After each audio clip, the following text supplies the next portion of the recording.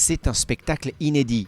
Monaco va raconter la principauté sur scène, aux manettes des anciens du Cirque du Soleil. Ce grand show débutera en France le 1er octobre 2015.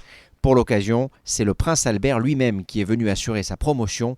Il nous a expliqué pourquoi il avait choisi de soutenir le projet. C'est un spectacle qui raconte une très belle histoire, celle de la principauté, mais pas uniquement, celle de valeurs que nous partageons, mais qui sont aussi universellement reconnues. Et j'ai été séduit par d'abord la beauté de ce spectacle, parce qu'il voulait raconter, par l'histoire qu'il voulait raconter, et par le caractère très complet et très.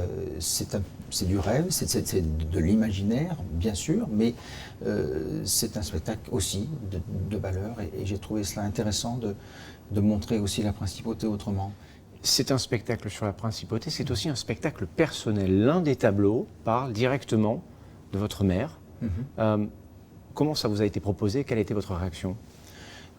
Je crois qu'il y a eu plusieurs hommages à ma mère au cours de ces dernières années, mais je trouvais cela intéressant, la façon très poétique, très positive et très belle de l'évoquer au sein de ce spectacle. Et ça a été présenté, bien sûr, avec les autres tableaux, avec les autres thèmes qui sont abordés, mais je pense qu'un hommage à ma mère n'était pas, dans ce cadre-là, aussi, avait toute sa place. Alors il y a quelque chose aussi qui prend beaucoup de votre temps en tant que chef d'État, c'est la défense de l'environnement. À travers une fondation, vous parcourez le monde, vous défendez l'environnement, et notamment les fonds marins. Pourquoi aujourd'hui vous faites ça? Parce que c'est important. Pour moi, il n'y a pas de question qui soit plus importante que celle de la protection de l'environnement, mais aussi d'une façon d'aborder et d'envisager notre développement de façon plus durable pour notre avenir immédiat, mais aussi celui de nos enfants et des générations qui vont suivre. Un autre changement qui vous attend, vous, dans quelques jours, quelques semaines peut-être, papa à nouveau, des jumeaux. Est-ce que vous pouvez nous en dire plus à ce sujet-là? D'abord, est-ce que vous connaissez le sexe des enfants? On parle de garçons, de filles, ça peut être aussi un mélange des deux. Alors écoutez, tout va bien, mon épouse se porte très bien, elle prend soin de ne pas faire trop d'efforts pour se ménager. Tout sera prêt le moment venu, lorsque les jumeaux viendront à naître. Ce sera dans un gros mois environ. Je ne connais pas, je n'ai pas voulu connaître le sexe des enfants pour avoir la surprise. Je trouve que c'est une des belles surprises que la vie nous offre, et donc pourquoi ne pas profiter pleinement de cette surprise jusqu'au dernier moment. Est-ce que votre épouse connaît le sexe des enfants? Alors elle ne me l'a pas dit, elle a bien gardé. Je pense qu'elle le sait, mais pour l'instant elle joue le jeu. Est-ce que vous avez discuté, comme le font les parents généralement, quand des enfants s'annoncent, des prénoms par exemple, que vous pourriez leur donner? Nous avons commencé à établir une certaine liste, oui. Vous avez une liste de prénoms? Vous êtes tombé d'accord? Pas encore, mais on a encore un petit peu de temps. Sur l'ordre protocolaire, est-ce que vous pouvez nous expliquer comment ça va se passer? Si c'est deux garçons, c'est le premier, bien sûr, qui naîtra, qui sera le prince héréditaire. Si c'est deux filles, c'est aussi la première qui naîtra, qui sera princesse héréditaire. Et si c'est un garçon et une fille, c'est le garçon qui a la priorité et qui sera donc le prince héréditaire. Vous êtes un passionné de football. L'AS Monaco, 8e du championnat de Ligue 1 en ce moment, qu'est-ce que vous pensez de leur performance tout d'abord? Je suis un peu moins passionné que lorsque j'avais 15 ou 18 ans, mais je suis ça de façon très assidue.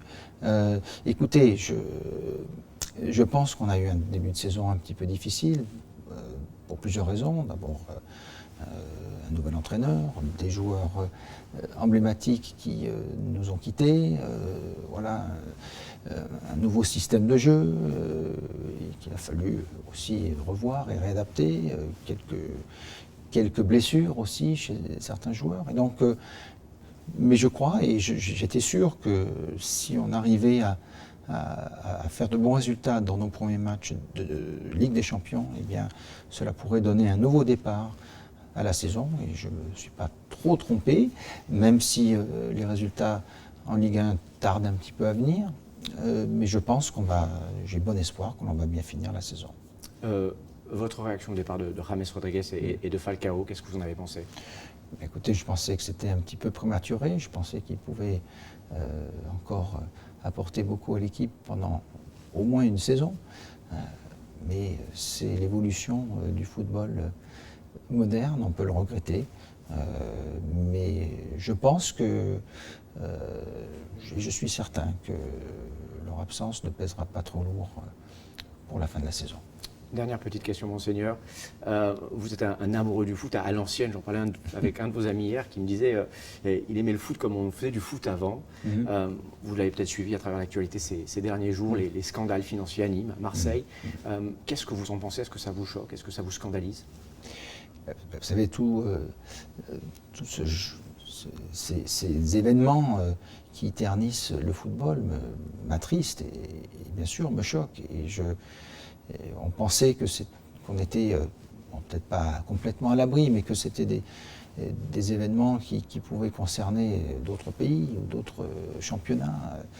Mais je vois tristement que ça nous concerne, pas au plus près à Monaco, mais ça concerne des équipes de Ligue 1 et de Ligue 2. Et donc le football professionnel n'est pas encore...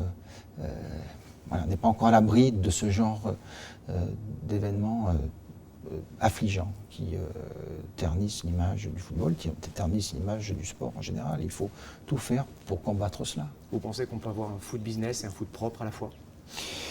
J'aime pas trop l'expression de foot business, malheureusement, elle existe. Je crois qu'il faut, d'abord qu'il y ait des gens sérieux qui ont des responsabilités dans le football en général et qui ait une autre façon de gérer les choses et qu'il y ait un code de conduite aussi qui soit irréprochable. Merci, monseigneur. Merci.